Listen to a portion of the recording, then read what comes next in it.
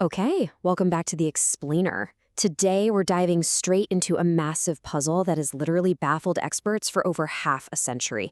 We're going to look at how a quiet guy on Thanksgiving Eve in 1971 pulled off a skyjacking so incredibly perfect it actually defeated the FBI. Let's get right into it. So the whole mystery kicks off on Northwest Orient Airlines Flight 305. It's bound for Seattle from Portland. A passenger traveling under the name Dan Cooper, who looked like your totally average businessman in a black suit, thin tie, and dark sunglasses, hands a folded note to a flight attendant named Florence Schaffner. Now, at first, she figured it was just some flirtatious guy passing her his phone number, so she just slips it right into her purse without even reading it. But then he leans in and drops this terrifying line. Miss, you'd better look at that note. I have a bomb. Section 1, the setup and the crime. To really understand how this guy seemingly vanished from the face of the earth, we first need to map out the ice-cold execution of the crime itself. If we track the timeline of November 24th, we see this insane, rapid escalation. At 4 p.m., he boards in Portland. Totally unremarkable passenger. He literally just sits down, orders a bourbon and soda, and lights a cigarette. But by 5 p.m., that note changes absolutely everything. In just 45 minutes, his terrifying demands are relayed to authorities on the ground in Seattle, flipping a totally mundane holiday commute into a high-stakes airborne hostage situation that builds all the way up to 8 p.m. Right after Florence read that note, Cooper cracks open his briefcase just a little bit. Inside, what looked like red dynamite sticks hooked up to wires and a battery. With that chilling visual aid, he calmly lays out these precise, non-negotiable demands. He wanted $200,000 in cash, 4 parachutes, and a fuel truck ready and waiting to refuel the plane in Seattle. If they didn't comply, he'd blow up the aircrafts. And what's absolutely wild here is how calm he was. No yelling, no panic. He just sat there sipping his bourbon like it was a regular Wednesday. And this number right here perfectly captures his whole vibe. Once the authorities scrambled, got the serial numbers off the cash, and met his demands on the tarmac in Seattle, he let all 36 passengers go, completely unharmed. I mean, he could have easily kept them as human shields, right? But he didn't. This highly unusual behavior is exactly why the public later dubbed him the strange, gentleman hijacker. Section 2, the escape. Because honestly, releasing those passengers, that was just the warm-up for the most unbelievable and dangerous part of the story. So now it's just the crew left. Cooper orders the plane back into the air, pointing it toward Mexico City. But he demands these highly specific flight parameters. He wants a low altitude, a slow speed, the landing gear partially down, and crucially, the rear staircase lowered. This proved to investigators that he actually had a surprising amount of aviation knowledge. He knew the Boeing 727 had this unique ability to lower its aft stairs right in the middle of a flight. Okay, so here's where it gets crazy. At exactly 8 p.m., warning lights flash in the cockpit showing the rear staircase is open. Suddenly, the crew feels this huge upward lurch, a really distinct weight shift.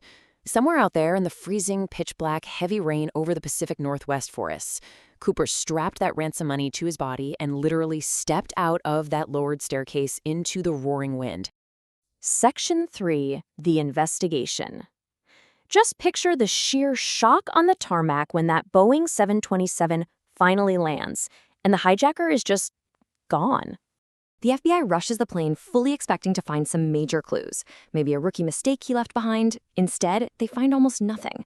A black clip-on tie, a few fingerprints, and some cigarette butts, which, get this, the FBI actually managed to lose later before they could even properly analyze them.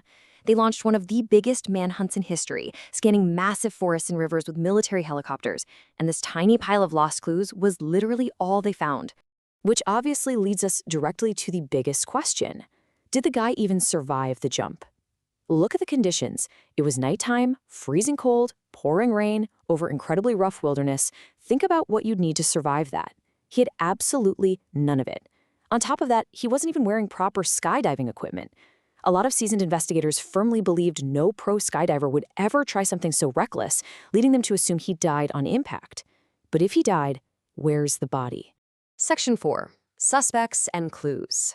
How exactly do you build a criminal profile for a man who turned into a literal ghost? Well, the FBI chased down thousands of leads. Let's impartially look at 2 of the heavy hitters. You've got Richard McCoy, who pulled off a remarkably similar hijacking a few months later, but the FBI just lacked a hard connection to place him on Flight 305. Then there's Robert Rackstraw. He had the perfect military background for it, but his timeline had massive contradictions. When we look at these top suspects, a theme pops up. Every single theory basically collapses under the weight of missing evidence. Nobody fit perfectly. And you can see that frustration right here on the timeline. We start with the hijacking in 1971. Then, nothing. For almost a decade, the trail is totally dead. It seemed like the Earth just swallowed him up.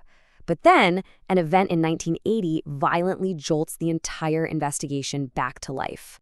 In 1980, an 8-year-old kid named Brian Ingram is just digging in the sand on the banks of the Columbia River, and he uncovers bundles of rotting ransom cash. I mean, think about that. An 8-year-old child stumbles onto the one piece of evidence that had eluded the entire U.S. government. And the serial numbers? A perfect 100% match to the bills they gave Cooper on the tarmac in Seattle.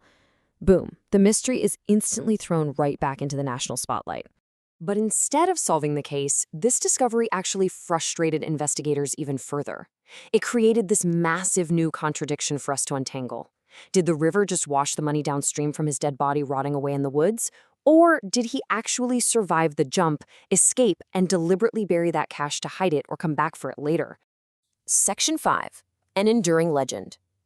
Let's wrap up by looking at how this totally brazen criminal act transformed into an immortal piece of American folklore. 45. After dedicating a staggering 45 years to chasing thousands of leads, hoarding mountains of documents, and interviewing just an endless list of suspects, the FBI officially suspended the active investigation in 2016. One of the world's most powerful investigative agencies simply had to walk away, totally empty-handed. So we are left perfectly suspended between these surviving theories. Was it a fatal jump into the brutal wilderness? Did he pull off a flawless escape and fund a secret life with stolen cash? Or was there some wild, complex cover-up? Whether you favor the fatalist view or the master criminal theory, it says a lot about our culture that we are so drawn to this story. We kind of love a charming anti-hero who manages to beat the system. It's exactly why the books, movies, and endless internet debates keep this legend alive today. Ultimately, the real truth may never be known. Seriously, how does a man completely vanish from the sky and defeat the FBI itself? This one case fundamentally changed aviation security forever, introducing the metal detectors and baggage checks we all know today. But beyond the history, it's a story that taps right into our deep human obsession with the unknown, leaving us to forever analyze, debate, and wonder who really was D.B. Cooper, and where in the world did he go?